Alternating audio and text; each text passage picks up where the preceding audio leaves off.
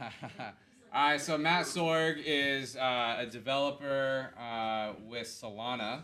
So wanted to bring him up, and more than just developer, obviously, but just wanted to, on the dev side there, and he has his uh, charcuterie board in front of him. Thank you. So, Matt, why don't you introduce yourself to everybody? Hello. I'm, I guess my title is the head of technology at Solana Foundation, which is kind of the facilitative entity of the Solana blockchain, the blockchain that kids love, apparently. Nice.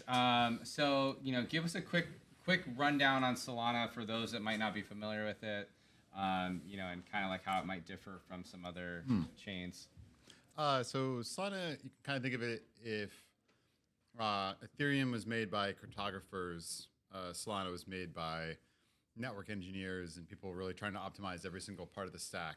There's this kind of a theory, a blog post called that represented the trilemma, where you have security, decentralization, and scalability, and you had to kind of like sacrifice one for the other. And we kind of fundamentally don't really believe that. It's not.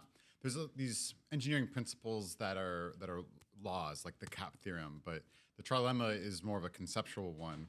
And so like it's our goal to kind of break that. And so we've kind of rewritten the entire stack to be performant every single step of the way. Solana does more transactions per day than all other public blockchains combined. And like very cheaply, and part of the reason why he was joking that kids love it is it's very energy efficient. It's like basically a transactions less than a Google search for propagating out to the whole network. So it's very efficient. A lot of refis on it for that reason, and we're just kind of like trying to optimize every single part of the stack to be a very good base layer for businesses who want to do maybe international payments. Maybe I'll take a step back. Like the reason why it exists, like the initial,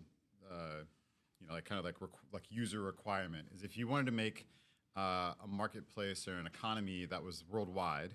So you don't want it to any specific location because everything would move closer and closer to New York with NASDAQ, for example. It's part of the reason why there's not as much finance on the West Coast because they would just have a disadvantage. About as far as you can go is Chicago. So if you want to have it worldwide, you kind of have to have a server not in any one location. It's also good to have not one entity really control that system. And that's where Solana comes.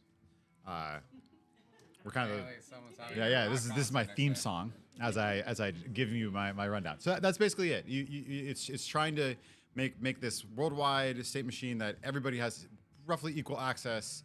So you can operate on it. You can be operator of the network, and you can also transact on it with similar information anywhere in the world.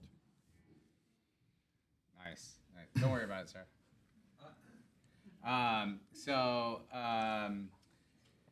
I guess my last question, and we're gonna wrap it up here soon, so we can have the rock concert anyway. But what's in store? Actually, before we get to that question, Darian has a question for you. Yeah, I think both Matt, you, and Jonathan, what do you think about how meme coins are drawing all this capital when you have a blockchain like Solana that might be adding more utility? You have a project like Niftmint that would love to have some of that capital to do real utility. Obviously, it's good attention, but do you view it as somewhat zero-sum, or is it just adding to the value of the crypto ecosystem? So we're allowed to have our own opinions at Solana Foundation. I think they're fun. Like for me, as somebody working in the technology, it's actually pretty good for us to just take these toy problems, and they do spam the network. They do a bunch of things that help us understand it.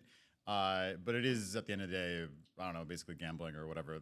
It's of that ilk. I don't really think of it as something that's like, I don't know. Maybe that's the best. Like some people have some fun with it. At worst, it's pretty predatory because you basically have influencers just running some sort of circle around a bunch of retail. And I definitely not like advocating for it at any real point at all. I think, and yeah, that's probably the reason why I'm here is I respect businesses that are trying to have sustainable business models and usher in new commerce for new businesses. That's the sustainable path long term. So yeah.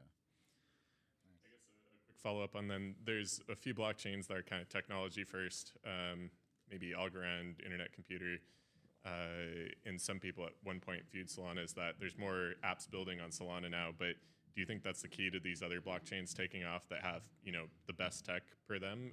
Is it app builders? Is there some other way to bring attention?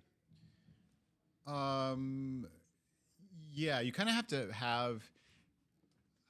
Some people express it as like religion, which I think is really not what you want. What you want to be able to do is appeal to people with a product sense.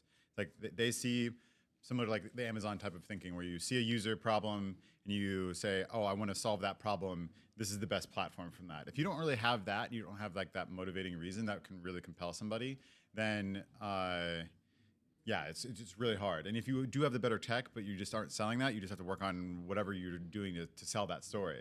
That's the problem you have to figure out. Sometimes it's lowering the barrier to entry. Sometimes it's really doubling down on a specific use case and making sure that people see exactly how to implement that there. Whatever it is. We took a bunch of different approaches. Like 99% of them failed, and a few of them are doing all right. So yeah, that's kind of how we got here. Looks like we have another question. Yeah, hey, I'm just curious. The Ethereum blockchain, there's different providers like CoinMarketCap that'll do mapping of tokens and things like that. Is there any provider on Solana that does mapping of different tokens that get bridged over?